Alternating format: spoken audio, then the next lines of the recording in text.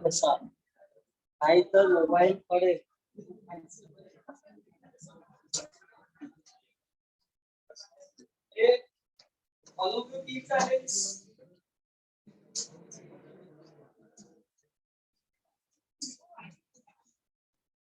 क्या भाई ठीक है ना सब सबसे मैं ये दिखता नहीं तो कभी इसके कभी कभी आता है क्यों भाई और बाकी है ऑनलाइन देता है एंड यू भाई एक टाइम आता है एक टाइम यदि एक टाइम आता है मॉर्निंग में नहीं आता क्यों तो लेक्चर अटेंड करता है कि नहीं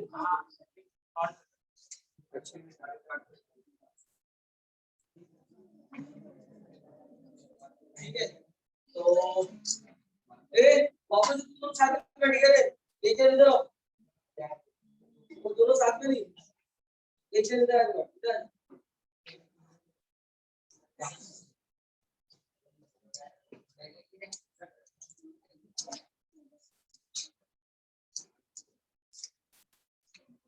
अरे दोनों साथ में बैठे थे ना एक ये तीसरा मैंने क्या किया इधर कितना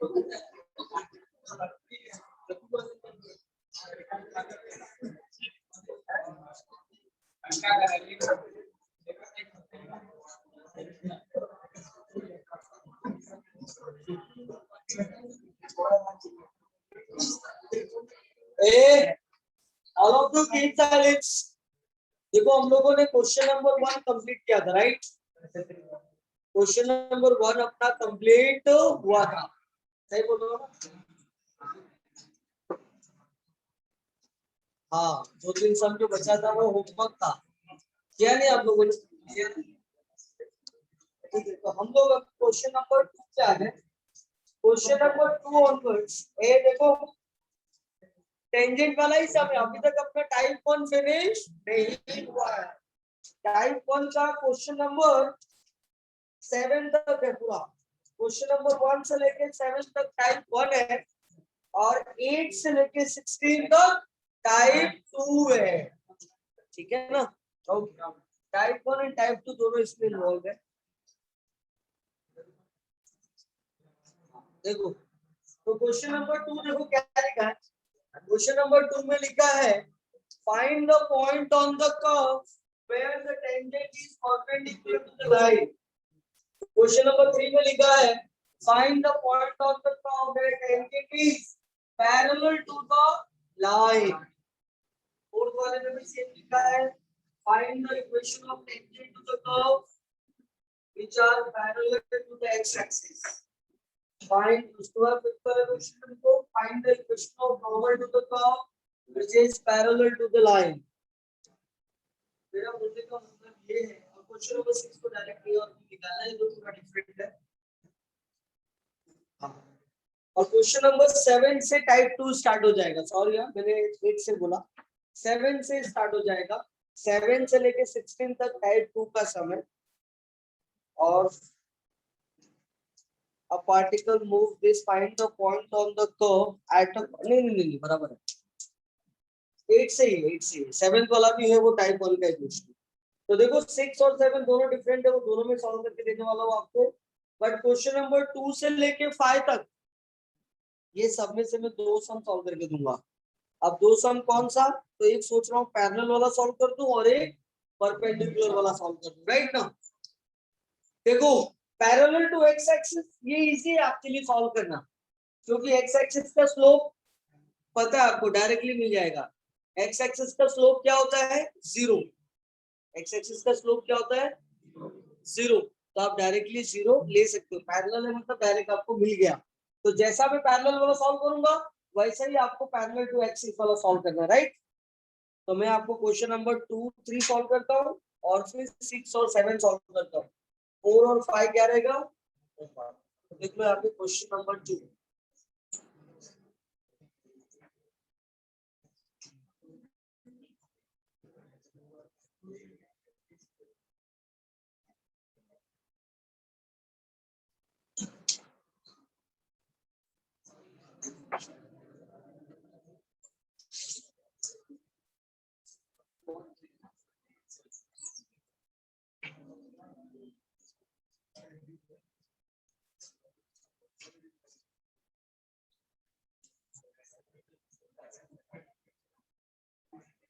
देखो ये क्या है? The equation of curve is given as y is equal to root of x minus 3. X minus 3. ये देखो, this is the equation number 1. अब इसको क्या करेंगे हम लोग? Differentiate with respect to x। तो क्या मिलेगा अपने को? dy by dx of root of x minus 3, right ना? ये किस फॉर्म में आ गया? Root F of x. Root F of x का डेरिवेटिव क्या होगा? 1/2 root D by dx of x minus 3, right ना? x का डेरिवेटिव 1 और 3 का डेरिवेटिव 0। तो कितना हो जाएगा? 1 बाय,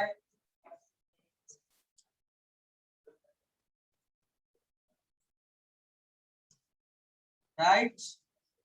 अब देखो ये डिवाइड बाय dx क्या रिप्रेजेंट करता है? This is nothing but slope of tangent.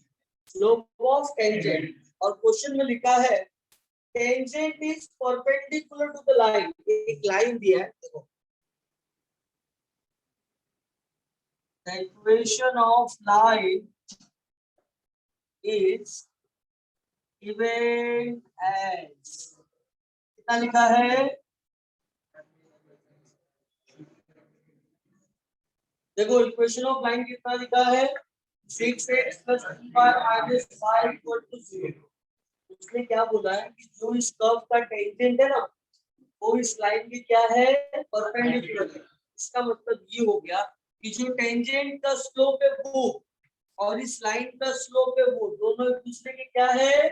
Negative reciprocal. उस बात बताया था कि जब दो लाइन परपेंडिकुलर होता है तो क्या होता है? एक का स्लोप दूसरे के नेगेटिव रेसिप्रोकल होता है। नेगेटिव रेसिप्रोकल का मतलब मैंने लिख के दिया था आपको, है कि नहीं? तो देखो क्या करना चाहिए, पहले मुझे इसका भी स्लोप निकालना है। इसका स्लोप कैसे निकलेगा? Differentiate with respect to x dx d by dx of x 3 times d by dx of y minus 5 d by dx of y। देखो x का डेरिवेटिव, y का डेरिवेटिव, y का डेरिवेटिव, देखो ये सुधर जाएगा। किसी मुंह में से आवाज निकल रहा है, तो उसका भी इलाज मुझे आता है करने, बाद में आवाज नहीं आएगी। देखो डिवाइड बाय dx का वैल्यू कितना आ गया? -2। ये क्या है? ये इस लाइन का स्लोप है, राइट ना? और कंडीशन क्या लिखा है? देखो this is the slope of line. कौन सा लाइन का स्लोप है? 6x 3y minus 5 और ये this is the slope of tangent, right ना? अब देखो कंडीशन क्या लिखा था उसने? तो कंडीशन लिखा है but tangent is perpendicular to the line, right? Tangent क्या है? इस लाइन के perpendicular, so therefore slope of tangent is equal to -1 upon slope of line, right ना? तो इसका स्लोप कितना आ गया बोलो? -4, और इसका स्लोप कितना है? 1/2, राइट? देखो 2 टू गेट क्रॉस मल्टीप्लाई कितना आ जाएगा? √x - 3 = 1, squaring on both sides, right ना? तो x - 3 कितना आएगा? 1, 3 क्या उस साइड, तो x का वैल्यू कितना आ गया? देखो x मिला 4, अब अपने को क्या निकालना है? y, है ना? अपने को कहां पे चाहिए? Point on the curve, curve का इक्वेशन कहां पे है? ये रहा। तो ये x का वैल्यू कहां पुट करूंगा? इधर, 4 माइनस जाएगा प्लस, पॉइंट कितना हो जाएगा? 4, क्लियर? क्या लिखना?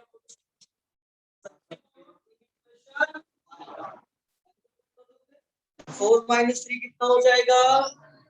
y का वैल्यू आ जाएगा +-1, तो फाइनल पॉइंट क्या लिख दो? Final answer, therefore point on the curve is 4, +-, is that clear? चलो गुड।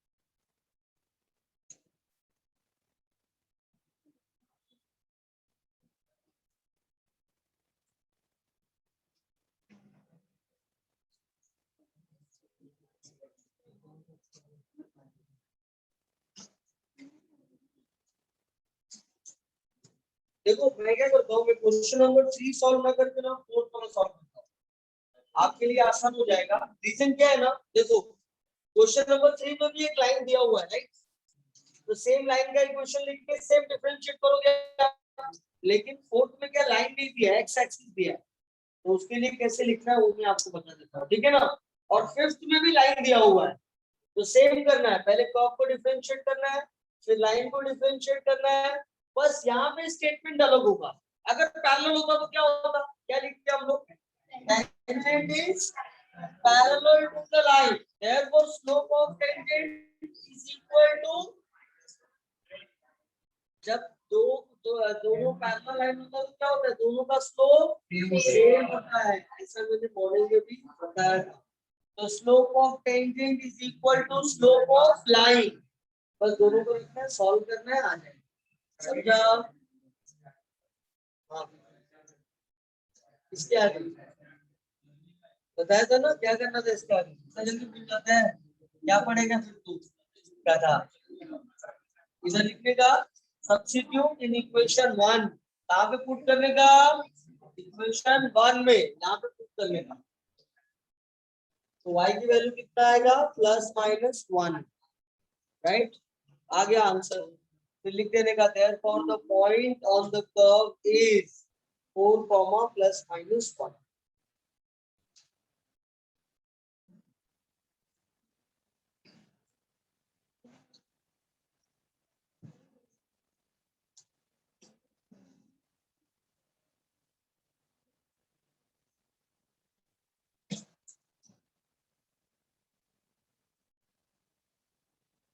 ए लिख लिया सब लोगों ने, आ गया आंसर। एक पॉइंट है कर्व,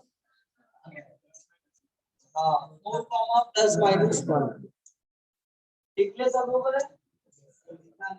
अरे बोला लीक आगे का answer, therefore the point of the curve is bracket में 4, +-1। इतनी बार बोल रहा हूँ तो भी y की वैल्यू निकाल के, हाँ अरे कुछ भी मार्क्स नहीं मिलेगा, ऐसा आता है ये बैठ बैठ क्या होता है।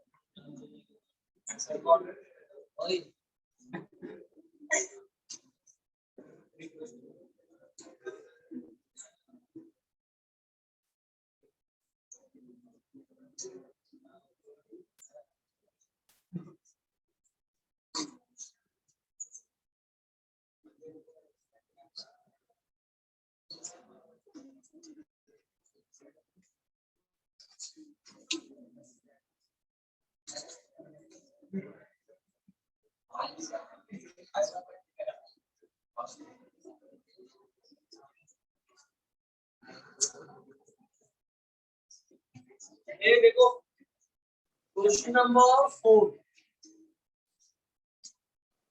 ठीक है। देखो कर्व का इक्वेशन क्या दिया है, x square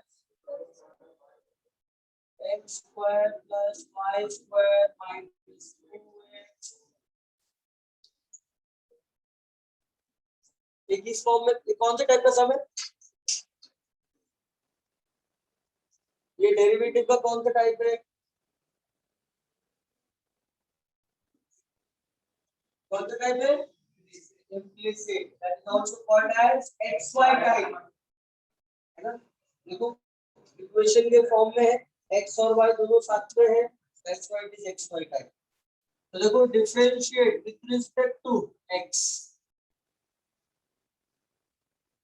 we get d by dx of d by dx of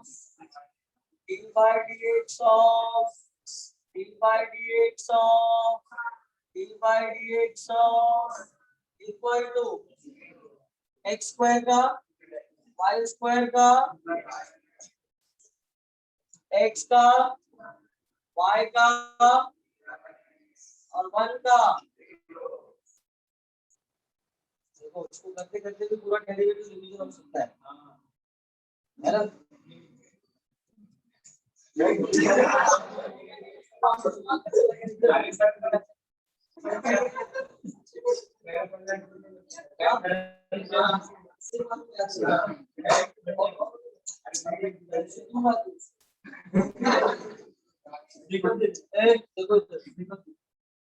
अब ये dy/dx और ये dy/dx राइट ना, क्या कॉमन दिखता है 2y plus is equal to, देखो ये 2x है और ये -2 है, -2 उधर गया तो और ये +2x उधर गया तो dy/dx का क्या आंसर आया बताओ, है ना। देखो न्यूमरेटर और डिनोमिनेटर दोनों में से 2 कॉमन लेके कट कर सकते हैं, तो ये हो जाएगा 1 - x y + 2 dy/dx, है ना। ये क्या है, this is the slope of tangent, ठीक है। बट ये देखो tangent is parallel to x axis, tangent is parallel to x axis, therefore dy/dx is equal to 0. This is the slope of x axis, ठीक है ना। आ जाएगा 1 - x y + 2 equal to cross multiply, कितना हो गया 0 ना, तो 0 से multiply x is equal to, ये रहा मेरा इक्वेशन नंबर, सब्स्टिट्यूट इक्वेशन 1 जो पुट कर रहे हम लोग, क्योंकि पहले तो पॉइंट निकालना पड़ेगा ना। देखो क्वेश्चन नंबर 2 में बस अपने को पॉइंट ही निकालना है, क्वेश्चन नंबर 3 में बस अपने को पॉइंट ही निकालना है, बट क्वेश्चन नंबर 4 और 5 में अपने को इक्वेशन भी निकालना है, और इक्वेशन निकालने के लिए अपने पास स्लोप और पॉइंट दोनों होना है, तभी तो स्लोप पॉइंट फॉर्मूला अप्लाई करेगा ना।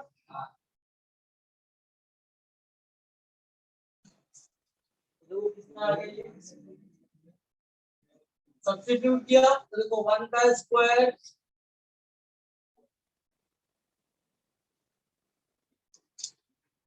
y स्क्वायर -2 और ये +2 गेट कैंसिल, राइट ना।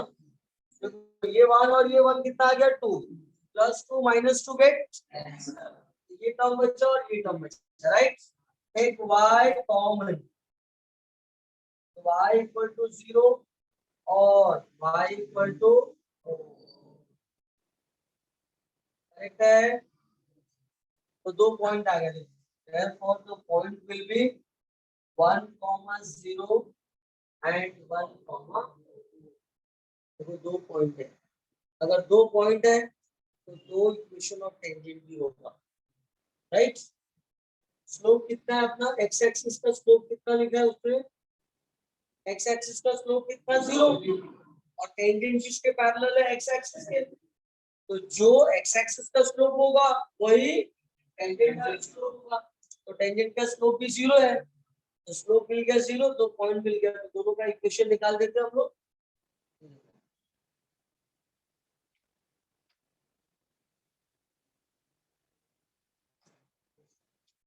Equation of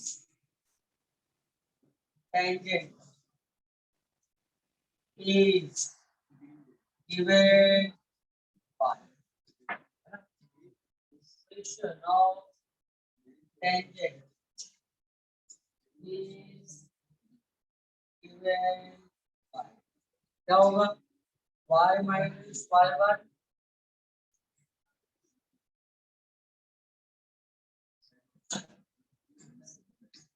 क्या नाम है इस फॉर्मूले का?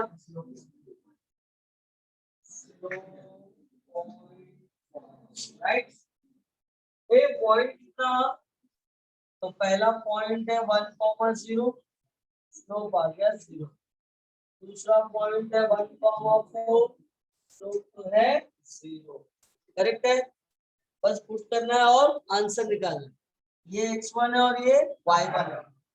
y minus 0, 0 into x minus 1, 0 into anything become 0। ठीक है, दूसरा y minus 4, ये तो 0, y equal to, है ना, तो दोनों टेंजेंट है, एक y equal to 0, y equal to है कुछ ना x एक्सिस का, x एक्सिस की जो उससे टेंजेंट है, तो जल्दी से लिखो फटाफट।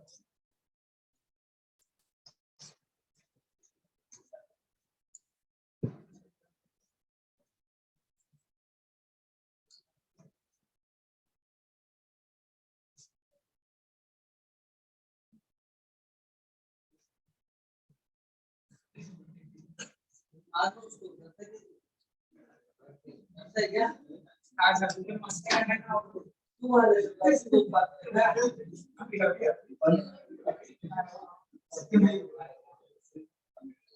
अरे सब लोग मस्ती कर रहे हैं ना, ये मस्ती कर रहा है।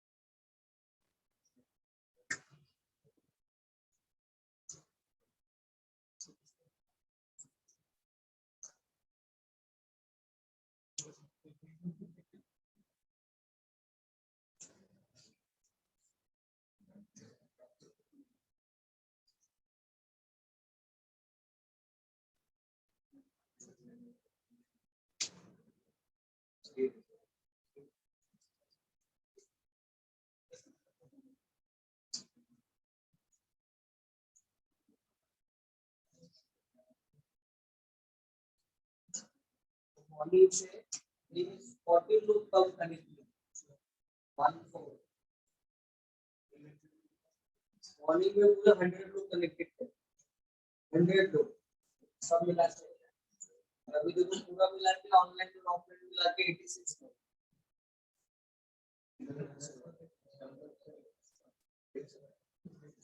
इवनिंग में 10-12 लोग आए भी नहीं, पता नहीं क्या करते। क्या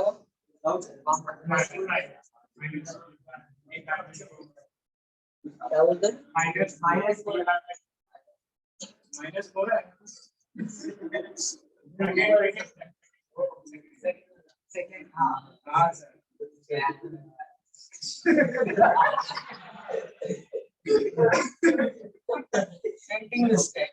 वैसे इसमें कुछ ज्यादा फर्क नहीं पड़ता, आंसर पे कुछ फर्क नहीं पड़ता।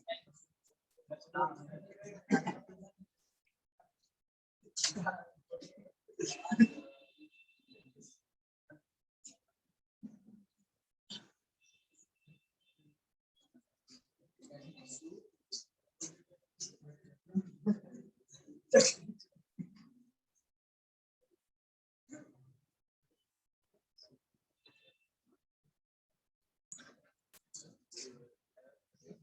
गया।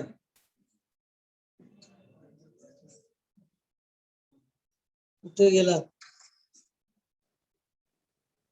काय झालं?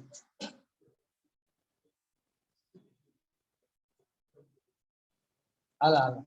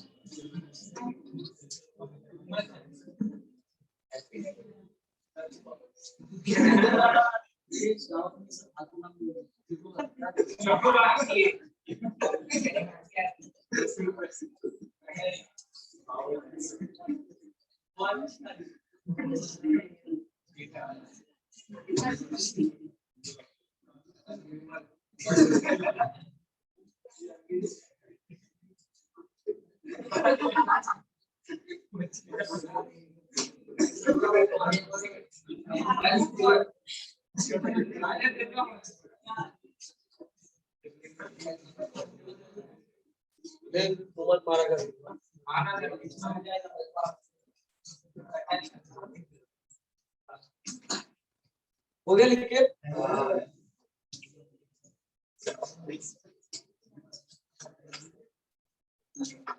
अभी सब लोग क्वेश्चन नंबर 6 रीड करो। Read question number 6।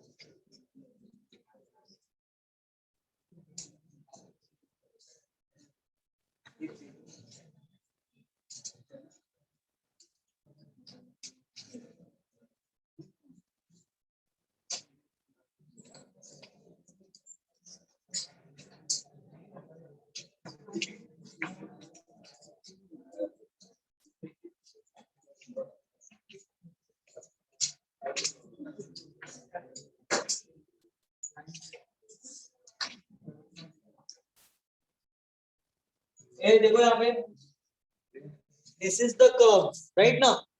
और क्वेश्चन लिखा है if the line y is equal to 4x minus 5 touches the curve at the point.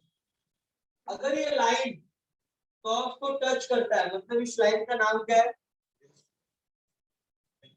Tangent है ना। इसका मतलब ये जो y equal to 2x minus 5 दिया है लाइन, ये क्या है? इस कर्व का टेंजेंट है कि नहीं? इसका मतलब उस लाइन का स्लोप और इस कर्व को डिफरेंशिएट करने के बाद जो डिवाइड बाय dx आएगा वो भी तो इस टेंजेंट का स्लोप होगा ना। दोनों को क्या करेंगे? इक्वेट कर देंगे, इक्वल कर देंगे। सॉल्व करेंगे तो अपने को e का वैल्यू मिल जाएगा। और b का वैल्यू निकालने के लिए क्या करेंगे? जो पॉइंट दिया है ना वो और a का वैल्यू। पॉइंट का मतलब क्या होता है? x और y, और a मिला रहेगा, तीनों पुट कर देंगे तो अपने को b का वैल्यू भी आ जाएगा। आएगा कि नहीं आएगा? देखो क्या करूंगा मैं इसको differentiate with respect to v gate.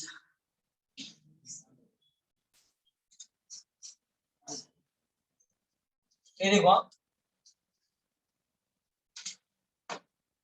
y square का derivative 2y divide by dx, ये आएगा कॉमन। x क्यूब का डेरिवेटिव और b का डेरिवेटिव डिवाइड बाय dx का वैल्यू क्या हो जाएगा?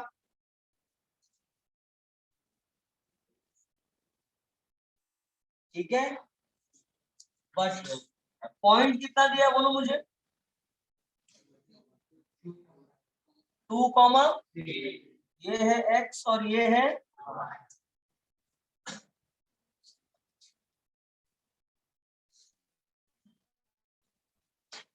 ये देखो 3 गेट कैंसिल, 2 गेट कैंसिल, कितना आ गया? 2a है ना। बट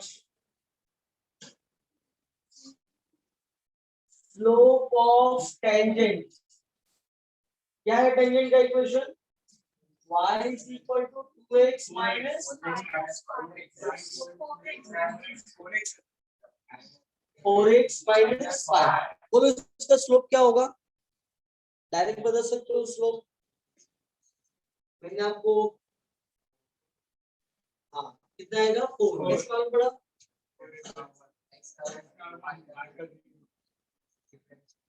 हाँ डिफरेंशिएट किया तो y का डेरिवेटिव आ जाएगा डिवाइड बाय dx और 4x का डेरिवेटिव आ जाएगा 4 और 5 का हो जाएगा 0। Divide by dx equal to 4 ही है ना। ये भी एक ट्रिक है कि आप डायरेक्ट डेरिवेट करके भी स्लोप निकाल सकते हैं। दूसरा देखो किस फॉर्म में है? y is equal to mx plus c, पता है ना लाइन का इक्वेशन एक बड़ा हम लोगों ने। y is equal to mx plus c, slope in the same form. तो m का वैल्यू कितना आ गया? 4। ऐसे भी डायरेक्ट मिल सकता है।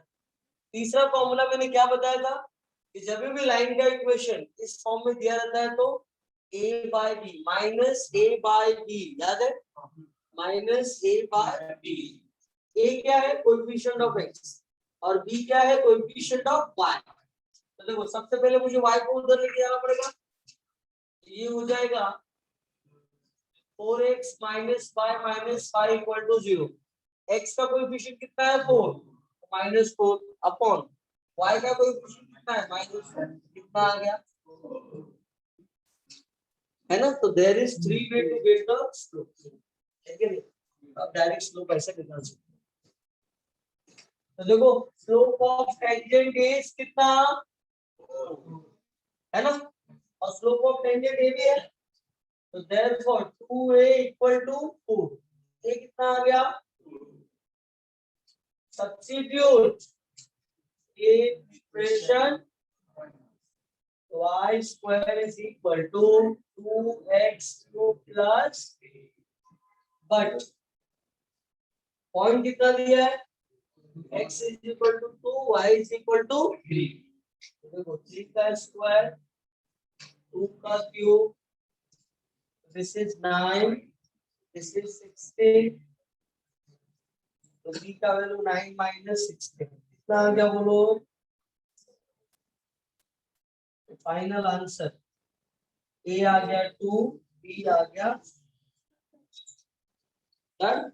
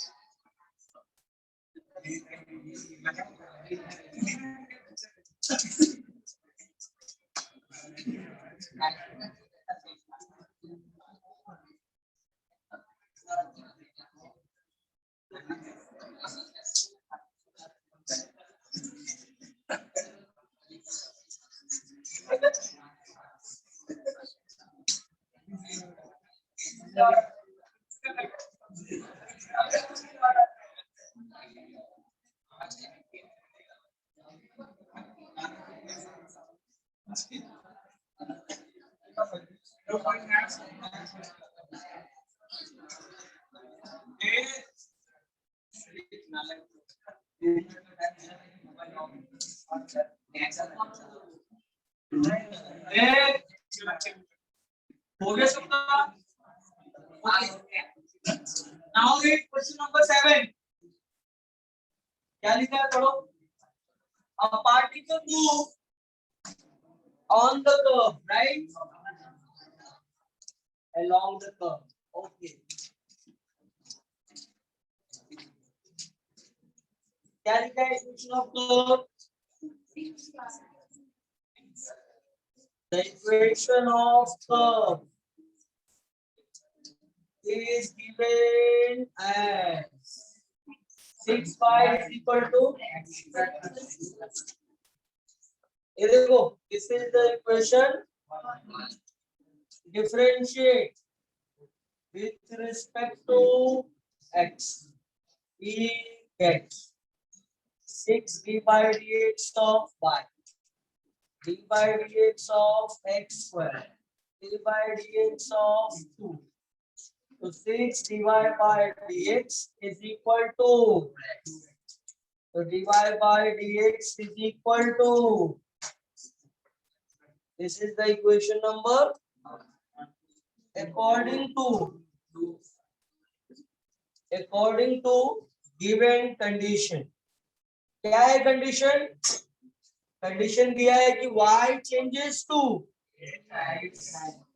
है ना, y coordinate changes to 8 times x. Differentiate with respect to x. So dy by dx is equal to, right?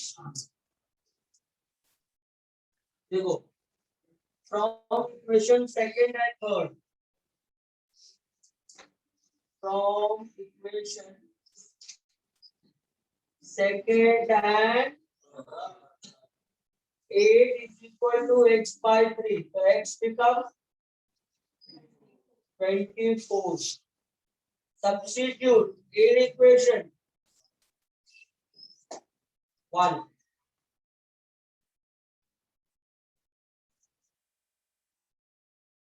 तो कितना हो जाएगा? 6y 24 का स्क्वायर प्लस 2 कितना आएगा? प्लस 2 578. तो y इक्वल टू 578 अपॉन 6.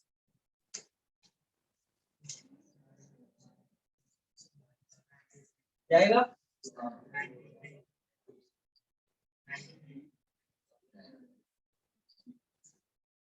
6 9 जा कितना होता है? 54 ना? नहीं जाएगा.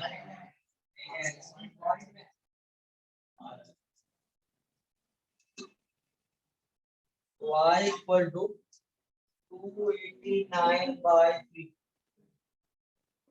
तो देखो पॉइंट कितना आ गया? कितना आ गया पॉइंट? 24, ठीक है.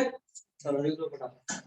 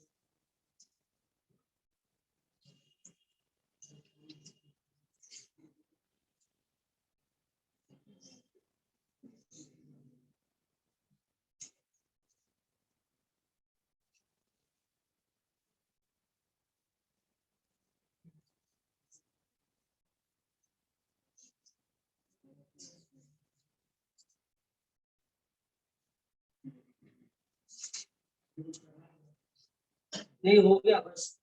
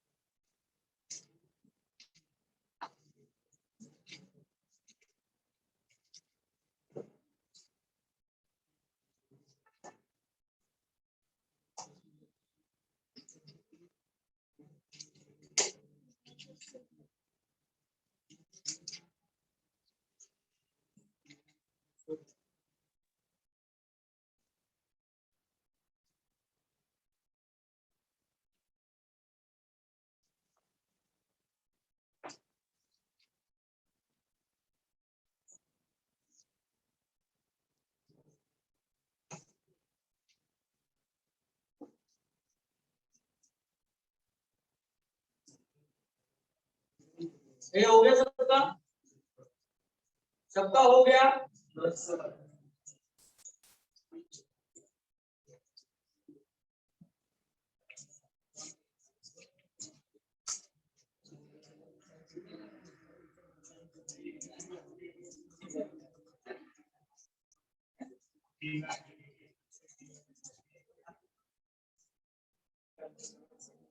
हाँ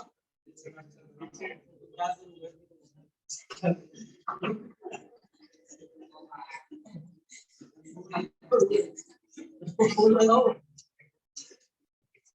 उसको फूल लगाओ क्या? भाई आपका आंसर गलत है प्लीज।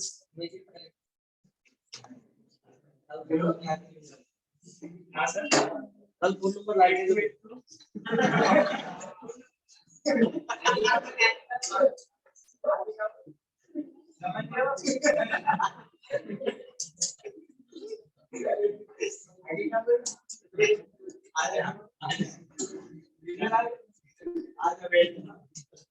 ये देखो रेड लॉ।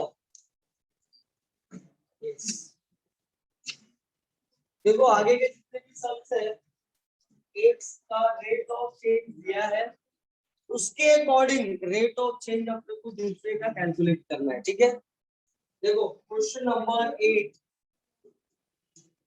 लिखा है, a spherical stroke bubble is expanding so that its radius is increasing at a rate of 0.02.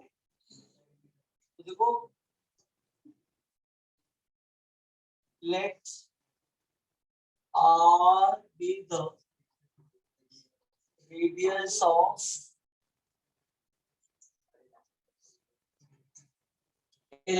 therefore dr by dt कितना दिया है 0.02 सेंटीमीटर पर सेकेंड, है ना।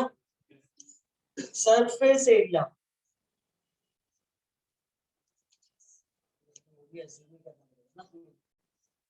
let R and S radius and surface area of respective, ठीक है। पहले अपने को अज्यूम करना पड़ेगा। तो dr by dt अपने से दिया है, ds by dt अपने को निकालने को बोला है, ठीक है। r दिया है कितना 5 सेकेंड, राइट ना। देखो भाई सो बबल, हाँ क्या होता है सरफेस एरिया का फॉर्मूला क्या होता है सो बबल का,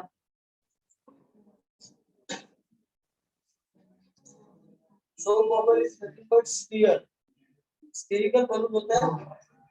तो स्फीयर का सरफेस एरिया क्या होता है 4 pi r 0।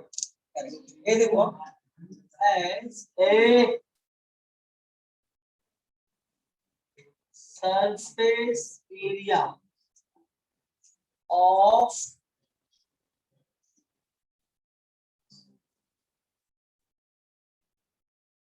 is given by क्या आएगा 4 pi r, differentiate with respect to t। हाँ याद रखना rate is always with respect to t, rate हमेशा टाइम के हिसाब से होता है, इसके हिसाब से नहीं। हाँ देखो रेट समझते पहले समझता होगा, बढ़िया है ना।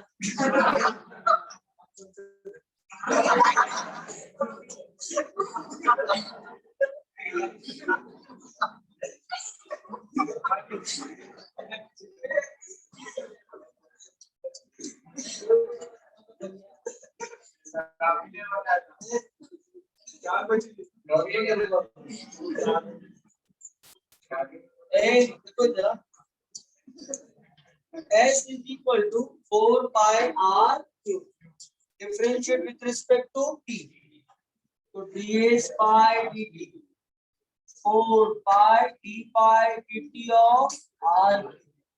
देखो इट इज जस्ट लाइक कि हम लोग y को डिफरेंशिएट कर रहे हैं विद रिस्पेक्ट टू x, है ना।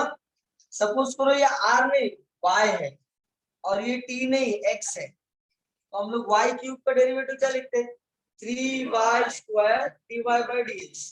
सेम यहाँ पे क्या लिखना है अपने को 3r square dr by dt।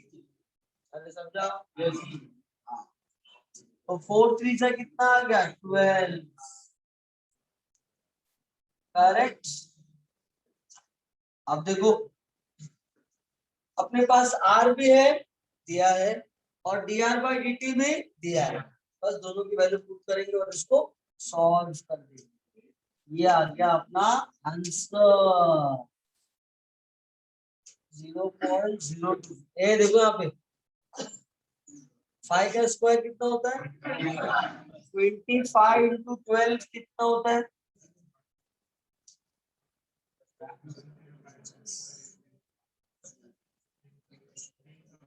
300, बराबर ना। ए देखो इधर ये डेसिमल का 2 पॉइंट है ना, और ये 100 2 पॉइंट यहाँ पे भी 200 है कि नहीं, चला गया तो बचा गया यहाँ पे 3 और यहाँ पे 2 6 पाई। अब देखो सुनो ध्यान से सब लोग, देखो रेडियस का रेट जो था वो सेंटीमीटर पर सेकंड में था, क्योंकि रेडियस हमेशा यूनिट क्या होता है रेडियस का सेंटीमीटर, बट ये सरफेस एरिया है, एरिया का यूनिट क्या होता है सेंटीमीटर स्क्वायर, तो क्या हो जाएगा ये सेंटीमीटर स्क्वायर पर second. Is that clear, is that clear. चलो नेक्स्ट वाला देखो, रीड क्वेश्चन नंबर 9, क्या लिखा है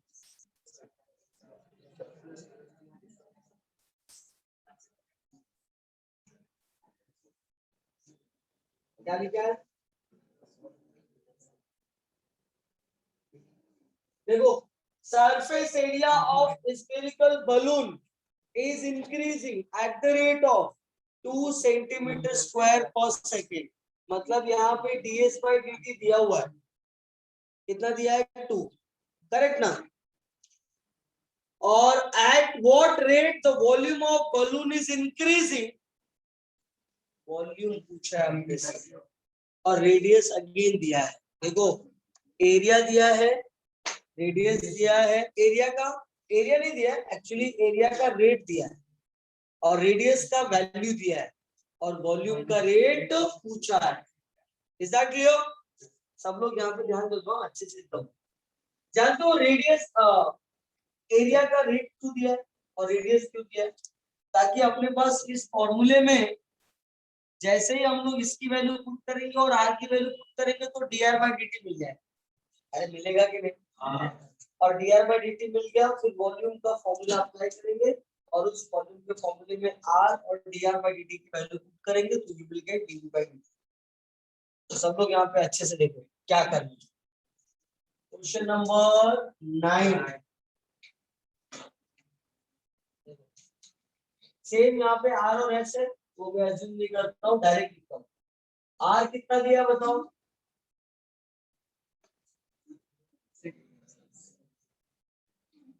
कितना दिया है?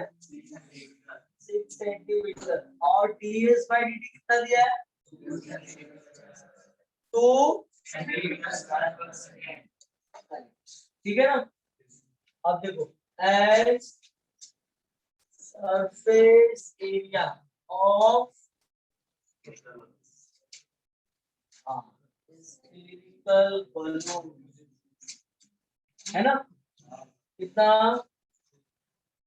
फॉर्मूला तो सेम रहेगा चाहे बलून हो या क्या फर्क पड़ता है? ये तो भाई क्लियर होता है क्यूब ना। तो ds by dt is equal to, देखो इधर तो कितना आ जाएगा? 3r square dr by dt। अब देखो ds by dt कितना दिया है? 2, r का वैल्यू कितना है? 6। ये अपने को निकालना है, राइट ना। 2 6, तो देखो 6 का क्यूब हो गया ना, और 6 का क्यूब होता है 216। 6 का क्यूब कितना होता है? तो ये आ जाएगा तो 1/216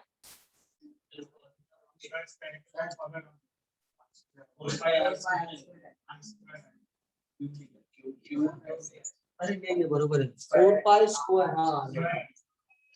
हाँ एक्चुअली क्यूब का वॉल्यूम तो फॉर्मूला होता है 4/3 पाई आर क्यूब,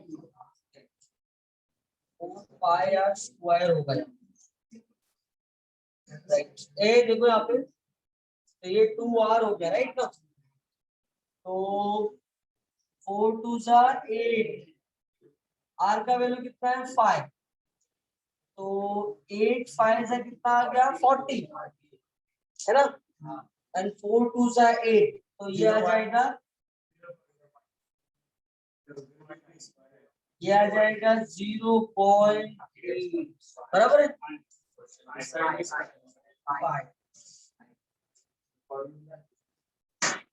और ये आ गया स्क्वायर, ये आ गया 2r बराबर ना। r की वैल्यू कितना है? 6। तो 4 2 से आगे कितना आ गया?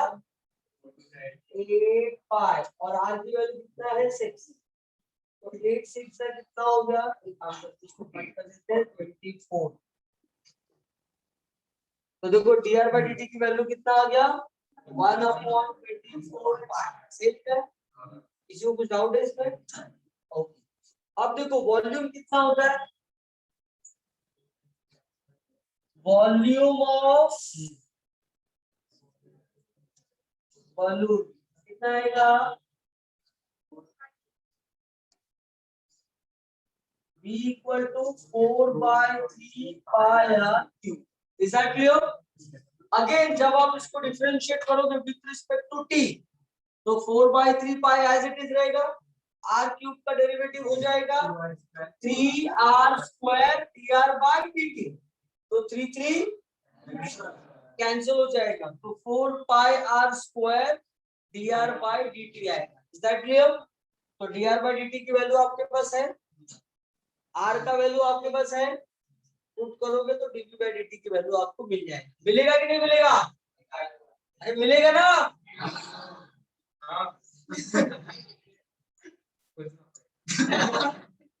एक बार फिर बता दो, ध्यान से सुनो। मैंने क्या बोला, जब आप इसको डिफरेंशिएट करोगे तो 4/3 पाई एज इट इज रहेगा, r क्यूब का डेरिवेटिव क्या हो जाएगा 3r², तो 3 कट, तो 4πr² dr/dt आ गया। और उसके बाद dr/dt की वैल्यू जो है वो और r का वैल्यू जो है बस समझा क्या?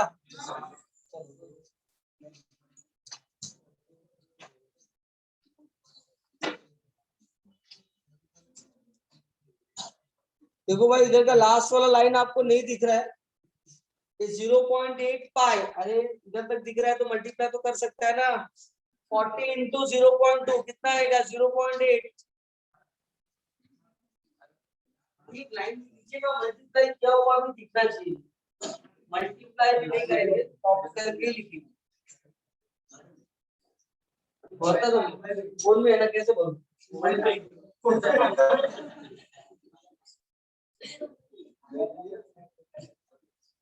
अभी दुनिया के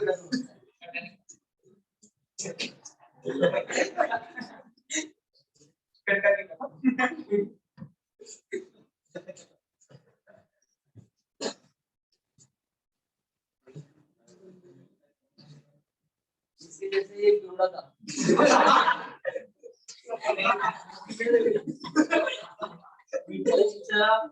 पीछे ना ऐसा रूप से चलना था, खंबे में जाके टकरा गया, तो बोलता है ये बीएमसी वाले पागल है क्या, रोड के बीचों बीच में खंबे डाल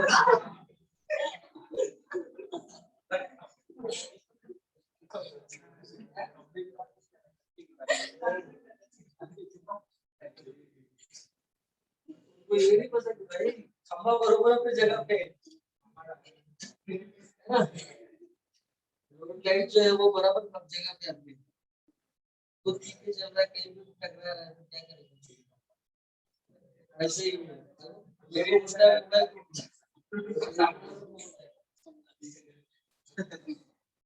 मेरे को ये बात पता नहीं, मोबाइल में जो रहता है ना, मोबाइल तोड़ने से उसको कुछ होता नहीं है।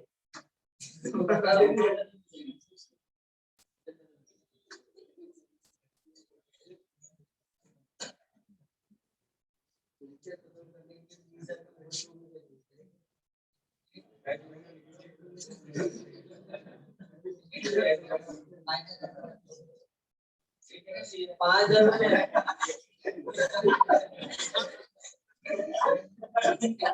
10,000 वाला रख लिया, तकलीफ दिखेगा नहीं, आईफोन तो और भी नहीं दिखेगा।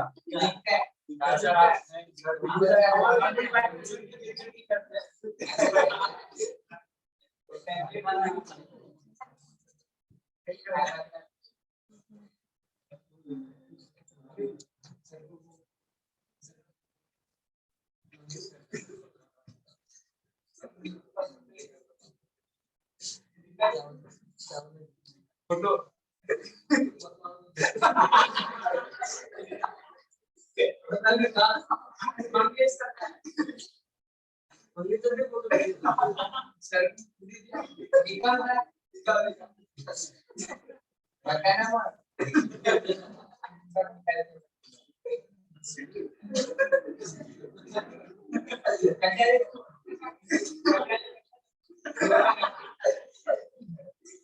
अभी सर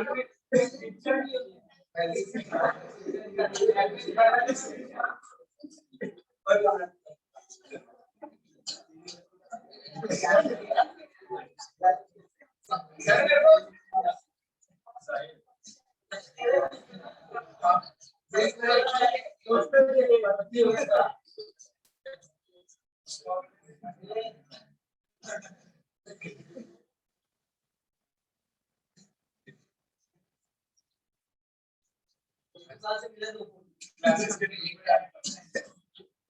लेक्चर अटेंड कर रहा था तो सर कैसे लेक्चर देते? हां सर, ऐसे तो बस में देखा सर।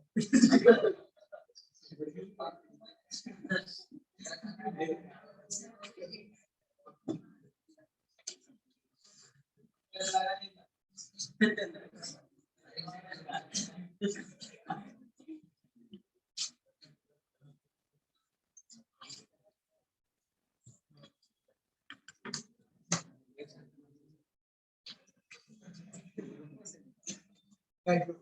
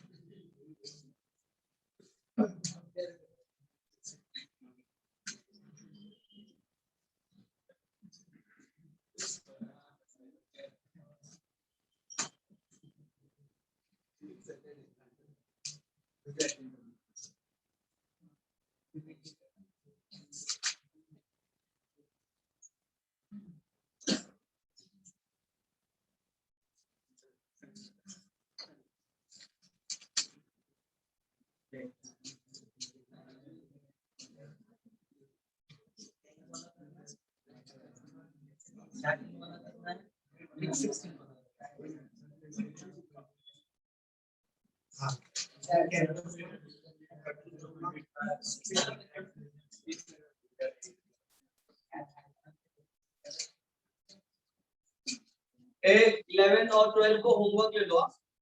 अभी क्वेश्चन नंबर 10 करने वाला हूं। सेम अभी जैसा मैंने सॉल्व करके दिया ना, इसी को 8 9 10 के जैसा ही आपको 11 और 12 सॉल्व करना है। तो 11 12 होमवर्क है, याद रखना। और 14 और 15 को लिख लो सेम एज क्वेश्चन नंबर 13। अभी मैं 13 सॉल्व करूंगा, इसके बाद 10 के बाद 13 सॉल्व करूंगा। और एक लास्ट वाला एकदम यूनिक सम है क्वेश्चन नंबर 16, वो भी मैं आपको सॉल्व करके दूंगा। 10 13 16 तो जल्दी करो फास्ट।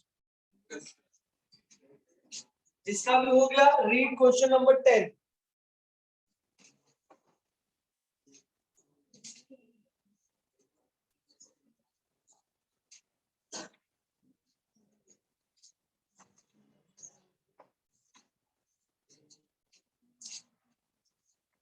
ये आया आंसर लास्ट में?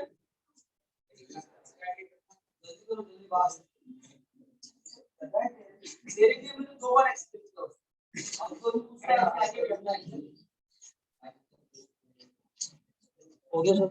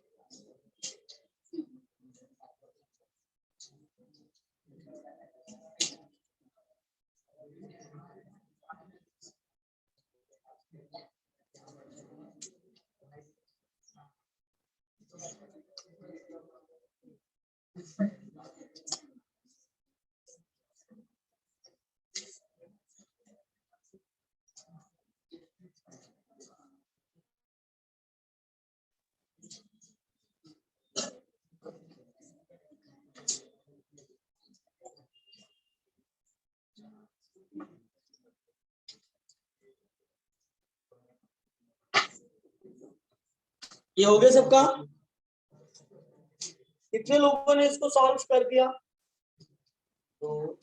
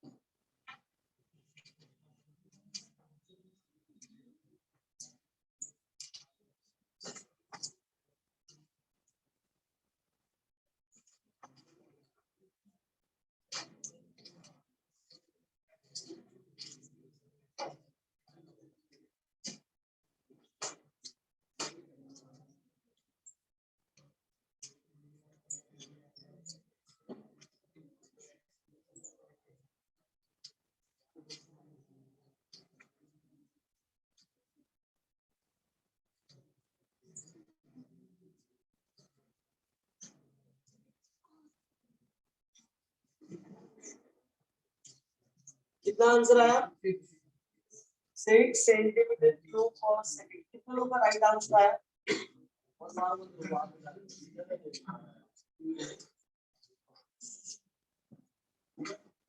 पागल है करने के बाद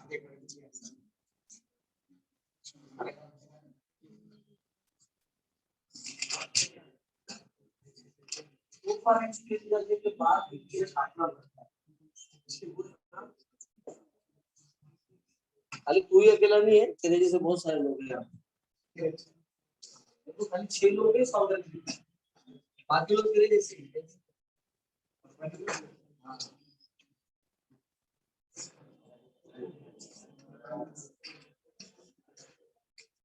चलो हो गया लिख के? अरे हो गया क्या? जल्दी लिख जल्दी।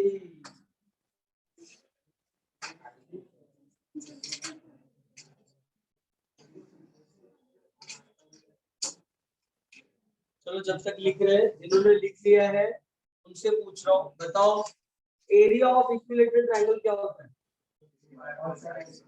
हाँ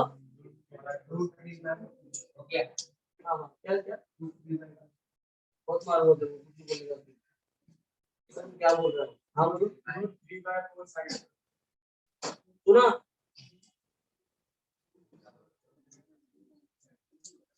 और एक और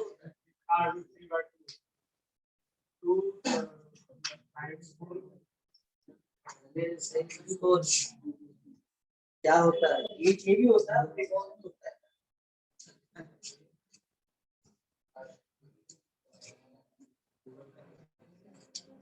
side square upon root 3। Side square upon root 3 क्या होता है? This is also. और उसके बाद से अब इसी को अगर हम लोग सॉल्व करते जाएं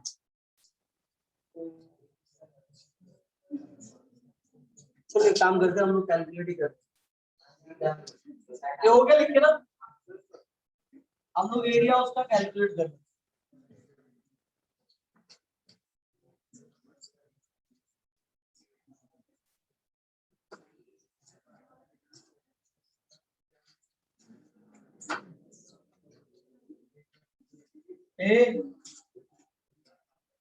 ये समझ लो आपका इक्विलेटरल ट्रायंगल है ना।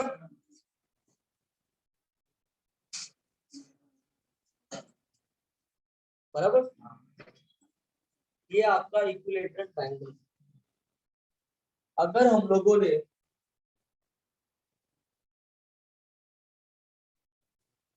परपेंडिकुलर ड्रॉ किया राइट ना, तो ये हो जाएगा x/2 है ना। अब अपने को ये कैलकुलेट करना है, ये कितना है 60। तो 60 के सामने वाला साइड हाइपोटेनस का क्या होता है √3/2। ये जो है h है, h equal two of x और बेस कितना है x/2 है ना। ये है बेस,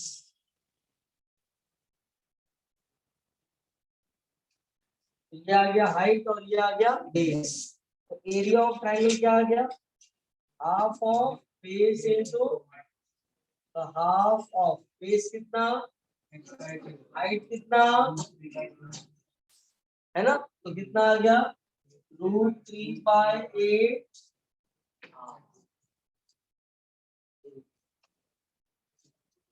इसका मतलब क्या हो गया √3/8 side square. This is the area of equilateral triangle. तो देखो कभी ऐसा फॉर्मूला भूल जाओ तो आप ऐसे कैलकुलेट भी कर सकते है ना। अरे यस और नो?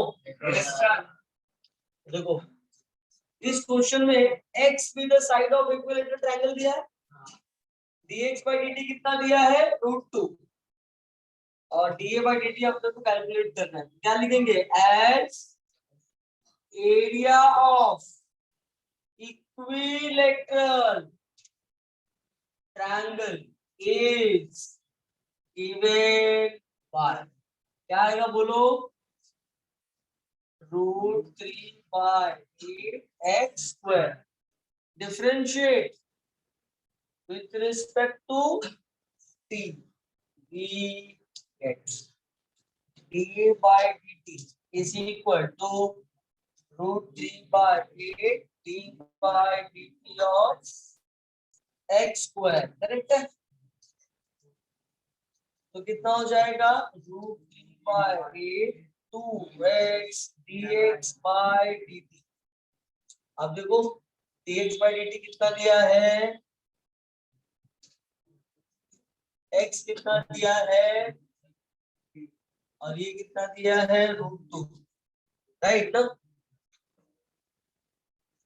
तो ये 2, तो पीछे आंसर तो कितना है, जस्ट एक आंसर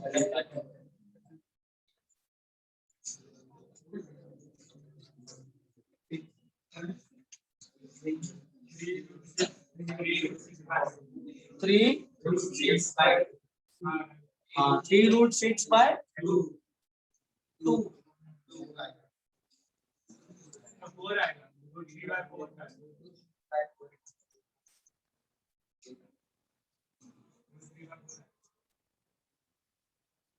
√3/4. कितना आंसर है पीछे कोई बात? 3√3/5. हाँ,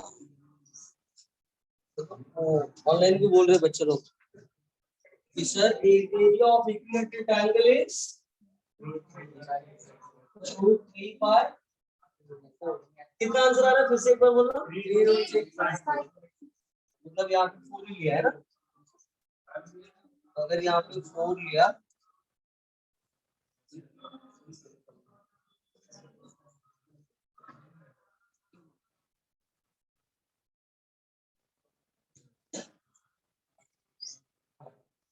(3√6/2) ऐसा दिया. तो देखो ये 3 एज इट इज, √3 into √2 √6/2. ये आ गया आपका dA by dt. क्या आएगा? सेंटीमीटर सॉरी मीटर स्क्वायर पर सेकेंड. ठीक है, क्वेश्चन नंबर 13 रीड करो.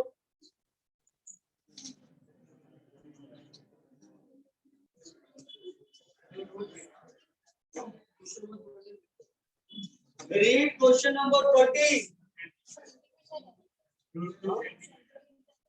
ये सेंटीमीटर दिया है, सेंटीमीटर. 13 वाला रीड करो. 13 वाला क्या लिखा है?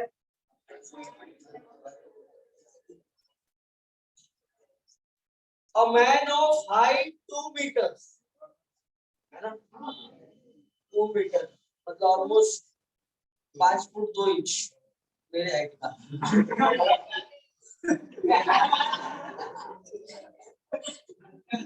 वही ना, एक आदमी है उसका हाइट कितना है? 2 मीटर.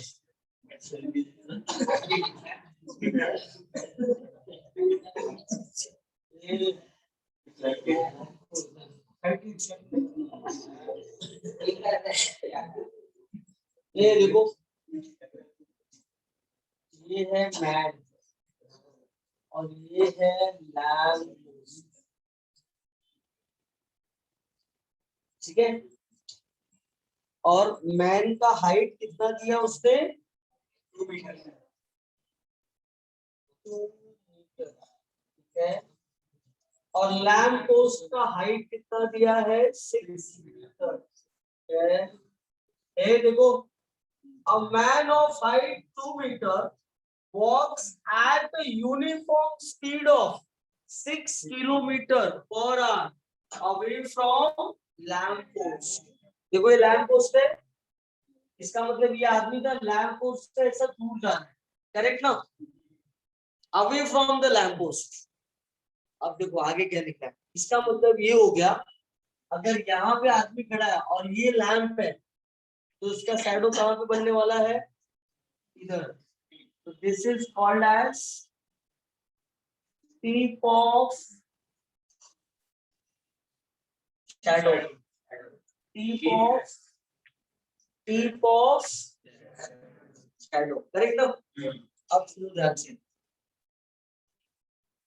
अगर मैं ये डिस्टेंस लेता हूं x और ये डिस्टेंस लेता हूं y, है ना? तो आपने को दिया क्या है उसने, देखो आदमी का स्पीड दिया है ना, मतलब ये y क्या रहेगा, उसका स्पीड रहेगा ना आदमी का। तो यहाँ पे मैं लिख लेता हूं, let y be the speed of man and x be the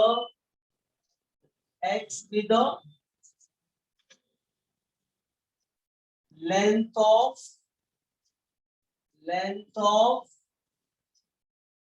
shadow, है कि नहीं?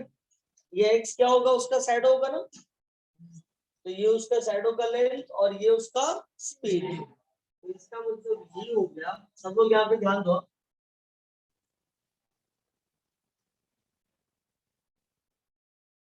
y is the distance between lamp post and man रहेगा, है कि नहीं? तब जाके स्पीड बनेगा ना, dy by dt इसका स्पीड बनेगा। तो y is the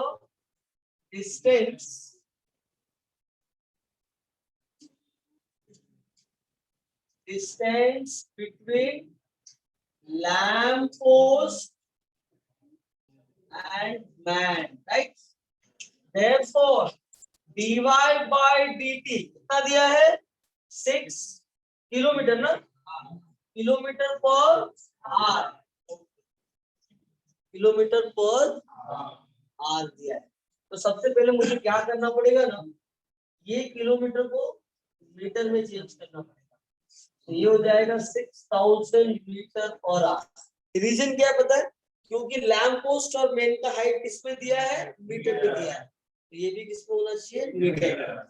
अब सुनो इसको सॉल्व कैसे करना है। सबसे पहले मुझे निकालना क्या है वो समझना पड़ेगा। मुझे स्पीड किसका निकालना है, मुझे स्पीड शैडो का निकालना है कि शैडो के लेंथ का निकालना है।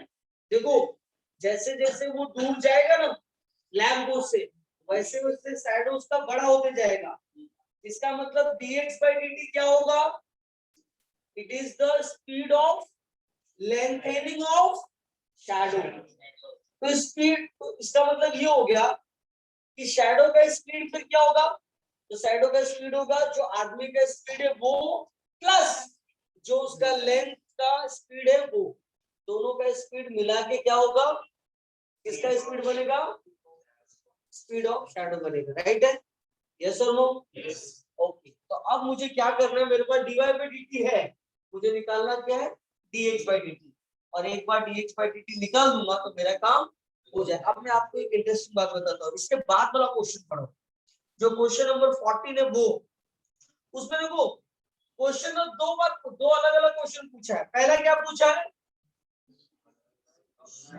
हाँ मतलब उसने ना लेंथ ऑफ शैडो भी पूछा है, मतलब उसको क्या चाहिए, dx by dt भी चाहिए। इसमें dx by dt नहीं पूछा, डायरेक्ट जो उसका दूसरा वाला क्वेश्चन है ना, find the tip of shadow moving, मतलब क्या है, क्या पूछा उसने, स्पीड ऑफ शैडो पूछा है। तो डायरेक्टली इसमें क्या है, स्पीड ऑफ शैडो पूछा, उसमें दूसरा क्वेश्चन स्पीड ऑफ, मतलब दोनों क्वेश्चन सेम ही है। अपने को क्वेश्चन नंबर 13 में क्या है, dx by dt निकालना है, बस उसको बताना नहीं है ना, क्या dx by dt क्या है, गेटिंग। और इसमें क्या है, आपको dx by dt निकालने के बाद वो भी आंसर लिखना है, करना दोनों काम है, dx by dt इसमें भी निकालना है और बाद में dy by dt plus dx by dt दोनों में सेम प्रोसेस करना है, कोई प्रोसेस में चेंज, खाली ये है कि उसने डायरेक्टली दूसरा वाला क्वेश्चन ही इसमें दे दिया। Is that clear? तो देखो यहाँ पे क्या हो गया, अब इसको सॉल्व कैसे करना है, तो देखो मेरे हिसाब से ना यहाँ पे दो सिमेट्रिक ट्रायंगल दिख रहा है ना, ये भी एक ट्रायंगल है, ये भी एक बड़ा वाला ट्रायंगल है, राइट है ना? तो बाय सिमिलरिटी ऑफ ट्रायंगल हम लोग लिख सकते हैं यहाँ पे, बाय सिमिलरिटी ऑफ ट्रायंगल क्या लिख सकते हैं, देखो यहाँ पे ध्यान से थोड़ा, 2/6 is equal to x upon x plus y, y नहीं x plus y, ये बड़ा वाला ट्रायंगल का x प्लस y आएगा ना। Is that clear? किसी को डाउट है इसमें? 2 1 जा 2, 2 3 जा 6, 1/3 x अपॉन क्रॉस मल्टीप्लाई, तो x plus y equal to x उधर गया तो y equal to 2x, right ना? तो y equal to 2x, differentiate with respect to x, तो dy by dx, dy by dt,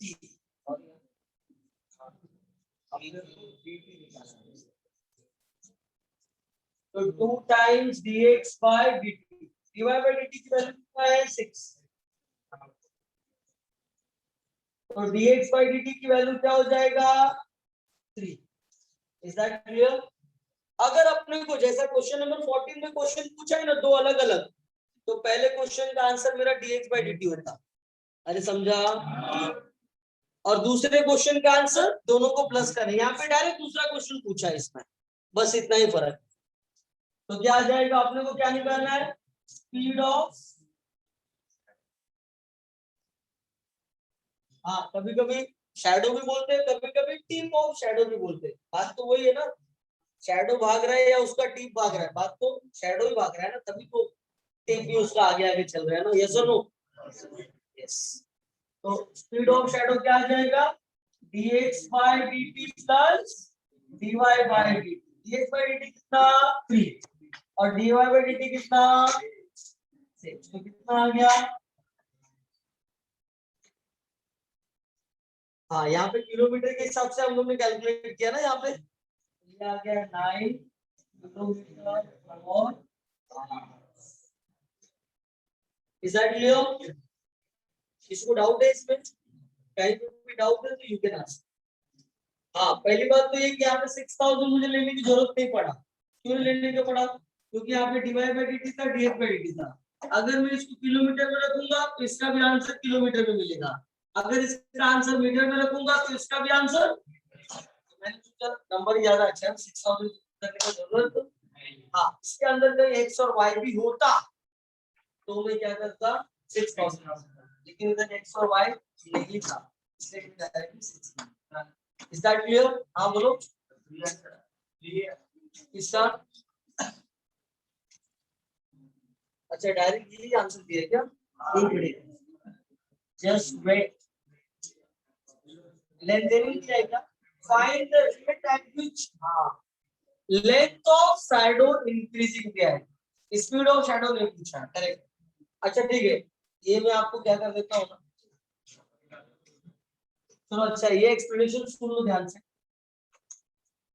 ये किसके लिए करना आपको, 14 वाले सब में याद रखना, 14 वाले सब में आपको ये काम करना है सेकंड क्वेश्चन के लिए, और फर्स्ट वाला क्वेश्चन आपको यहाँ पे एंड कर देना है। इसका मतलब ये हो गया कि इस क्वेश्चन में भी उसने मुझे लगा स्पीड ऑफ शैडो दिया था, देखो हाँ देखो यहाँ पे क्लियरली लिखा है, find the rate at which length of shadow increasing, मतलब उसका खाली शैडो का लेंथ इंक्रीज और डिक्रीज हो रहा है। मैंने पहले बोला आपको कि x क्या है, लेंथ ऑफ शैडो है, तो अगर मुझे लेंथ ऑफ शैडो का इंक्रीज होने का या डिक्रीज होने का निकालना है, इन द सेंस क्या निकालना है, rate of change of length of, है ना, तो मुझे खाली यहाँ पे dx by dt, अगर वही पूछता है कि find out speed of shadow, तो अपने को क्या करना पड़ता, dx by dt plus dy by dt, या फिर ऐसा भी पूछता है स्पीड ऑफ शैडो की जगह पे बोलता है कि find out speed of tip of shadow, समझ में आया क्या? तो ये टिप ऑफ शैडो भी है, देखो यहाँ पे लिखा भी है क्वेश्चन नंबर 14 में, देखो लिखा है the tip of shadow is moving, मतलब स्पीड ऑफ शैडो अपने को निकालना है। Is that clear? हाँ तो याद रखो ये आप समझ लो कि 14 वाले के लिए, ठीक है ना? तो मैं 13 और 14 दोनों एक्सप्लेन करके आपको,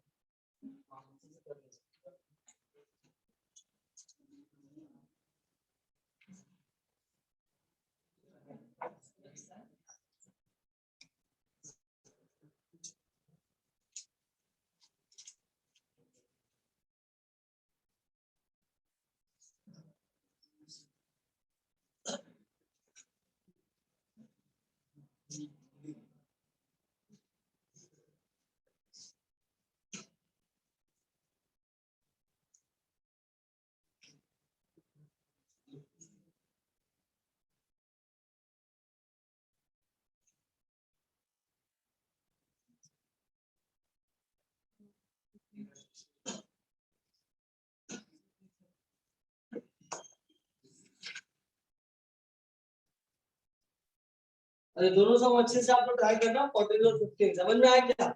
सबसे उस दिन पूछने वाला हूँ, याद रखना। हाँ, ये दोनों क्वेश्चन क्योंकि ना ये दोनों क्वेश्चन एंट्रेंस एग्जाम के लिए बहुत इंपॉर्टेंट क्वेश्चन है। क्वेश्चन नंबर 14 एंड 15 सब लोग को ट्राई करके आना है। Is that clear? हाँ, आए नहीं आए डजंट मैटर, नहीं आएगा दोनों में दोनों सॉल्व करके दूंगा, क्योंकि ये दोनों बहुत इंपॉर्टेंट क्वेश्चन है, याद रखना।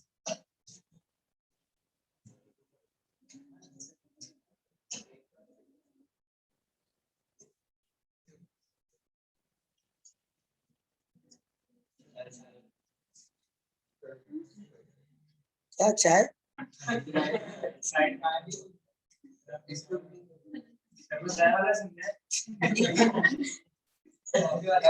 अरे मुझे लगा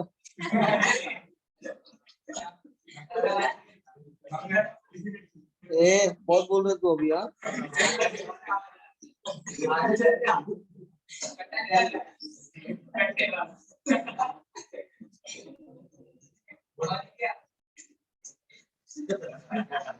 कितने आदमी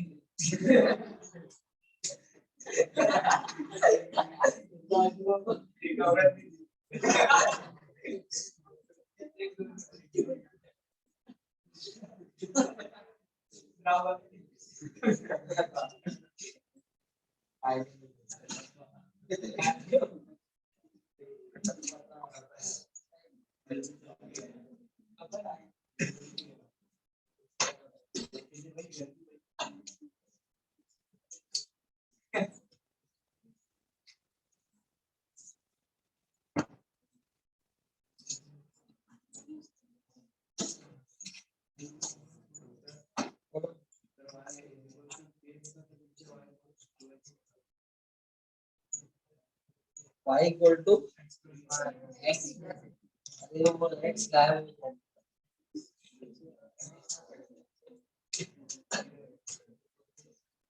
ये x प्लस वाई है ना, ये क्रॉस मल्टीप्लाई किया है ना, 1 के साथ क्रॉस मल्टीप्लाई हुआ, x प्लस वाई तो इधर x प्लस वाई हुआ, ये 3x से मल्टीप्लाई हुआ तो 3x होगा।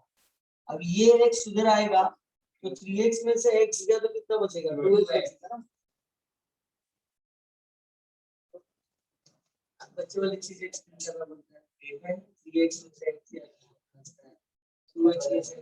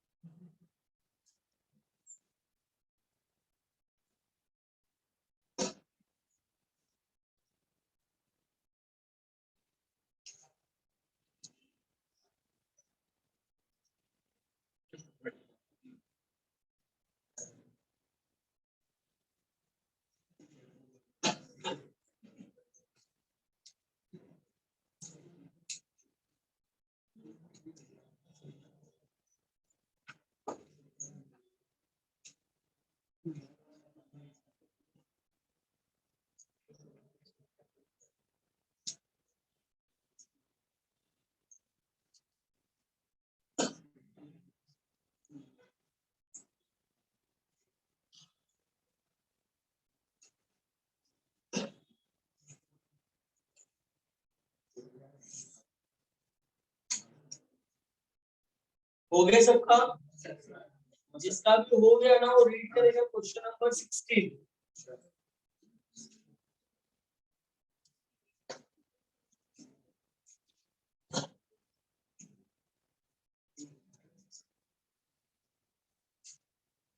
क्वेश्चन नंबर 16 रीड करेगा,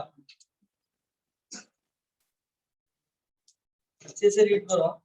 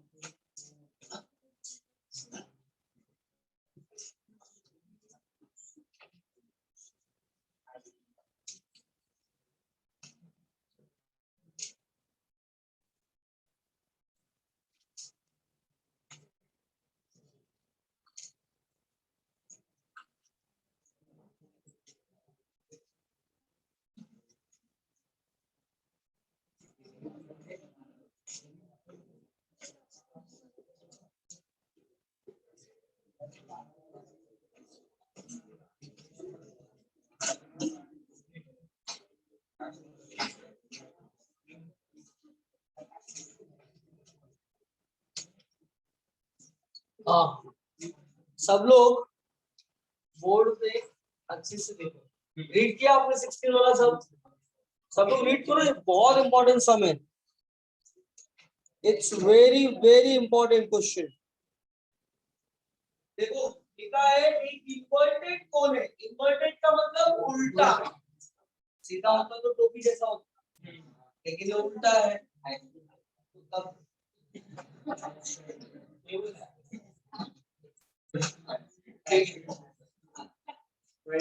तो मैंने जो बोला वो समझ लो। देखो अब उसने क्या बोला है कि इसका जो सेमी वर्टिकल एंगल है वो 30 डिग्री है। मतलब ये जो थीटा दिया है ना, कितना दिया है? 30। हाँ, ये थीटा का वैल्यू दिया है 30 डिग्री, राइट। ये हो गया h और ये हो गया r, राइट। अब क्वेश्चन में क्या लिखा है, ध्यान से पढ़ो। लिखा है डेप्थ इंक्रीजेस। डेप्थ का मतलब क्या हो गया? हाइट, यस और नो? तो इसका मतलब h, dh बाय dt कितना दिया है बोलो? dh बाय dt दिया है 1 सेंटीमीटर। देखो भाई 1 सेकंड में 1 सेंटीमीटर भर जाता है पानी इसमें, है ना? ओके, अब आगे क्या लिखा है? This is the rate, find the rate at which volume of water increases when the depth will be 2 centimetre, right ना? अपने को निकालना है dv बाय dt, करेक्ट। अच्छा, वॉल्यूम ऑफ कोन क्या होता है? Volume of cone is given by, बोलो, pi by 3 r square h, right ना? और सिलेंडर का होता है पाई आर स्क्वायर एच। सिलेंडर और कोन में बस इतना डिफरेंस होता है कि इसमें 1/3 होता है, बस।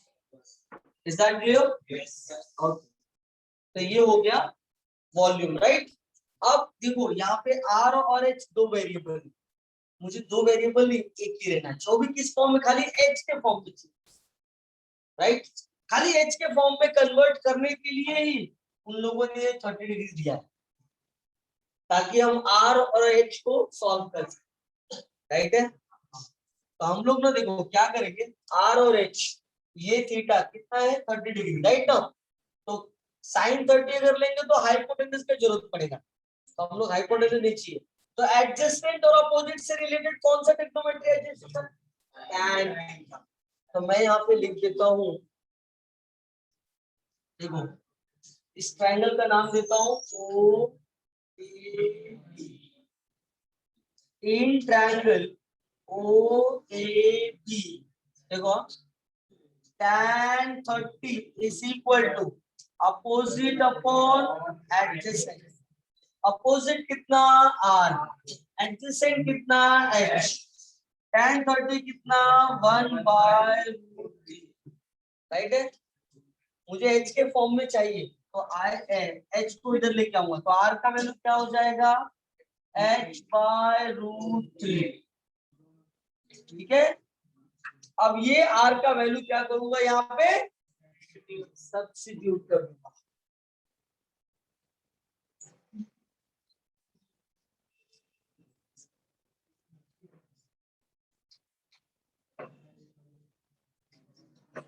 ये देखो ये R का वैल्यू यहाँ पे पुट किया तो V का वैल्यू क्या आ जाएगा π/3 H/√3 स्क्वायर H, तो V equal to π/3 H²/3 H, तो V equal to π/9 H³।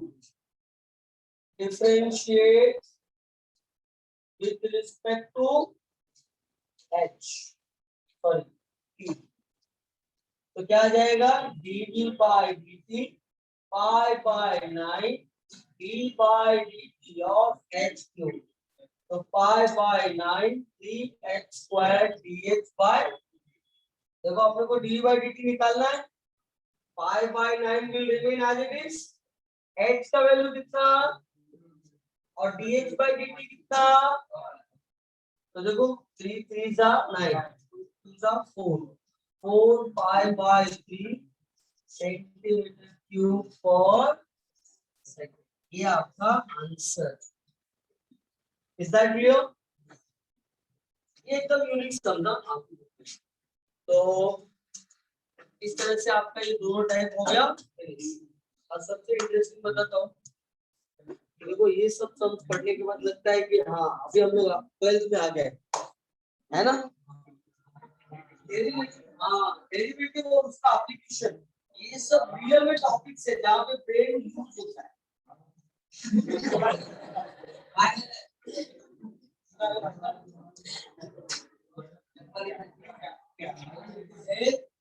Brain तो वही यूज करेगा जिसके पास रहेगा,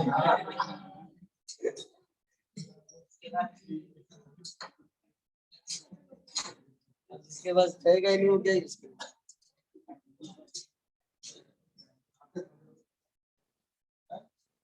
सबको समझे ये सब? कहीं पे डाउट है किसी को?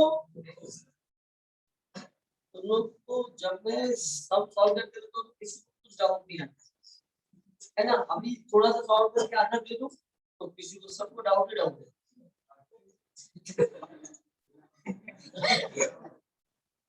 जबकि उल्टा केस होना चाहिए, जब मैं सॉल्व करते रहता हूँ तो आपके पास डाउट ही डाउट होना चाहिए, पूछना चाहिए डाउट, और जब सॉल्व करते तो सॉल्व।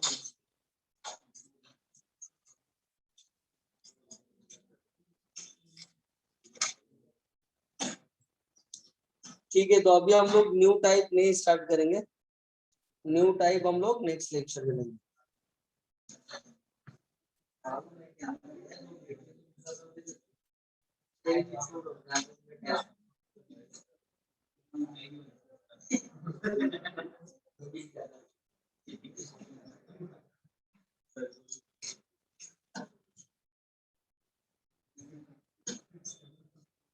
ए ऑनलाइन वाले जो घर पे रहते हैं, तुम लोग भी होमवर्क किया करो।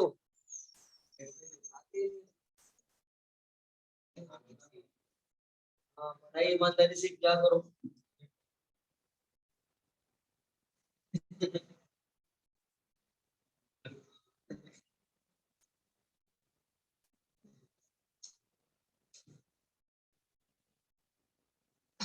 देखो पहले बताया तो देखो टाइम टेबल के हिसाब से परसों फिर मिलने वाले हम लोग, और परसों तक आप लोग पूरा का पूरा, हाँ ये जो डाउन जितना भी है एक्सरसाइज 1 के जितने बचे हुए सब ठीक है ना। और यही सब लोग पूरा डेरिवेटिव पढ़ते जाओ, अच्छे से प्रैक्टिस करते जाओ, तो भूल जाओगे सब। सब डेरिवेटिव प्रैक्टिस करो ना, तो पीछे से प्रैक्टिस करो, पहले हायर ऑर्डर बाद में पैरामीटर समझ में आ गया। तो क्या होगा, आगे वाला ऑलरेडी पूरा रिवाइज हो गया है, फिर आगे पोस्ट स्टार्टिंग में थोड़ा मेहनत लगेगा कुछ तो करोगे तो, लेकिन फिर आगे का करने का जरूरत भी नहीं पड़ेगा। फर्स्ट एक्सरसाइज समझ में आया क्या? ये डेरिवेटिव पीछे से प्रैक्टिस करो अच्छे से एकदम, और प्रैक्टिस करते समय, सॉल्व करते समय कोई सम अगर नहीं आया, नहीं समझ रहा है, तो जबरदस्ती कॉपी करके नहीं लिखने का, लेके आओ इधर, मेरे से पूछो। समझ में आया क्या? मैं आपको एक्सप्लेन कर दूंगा। स्टार्ट किया।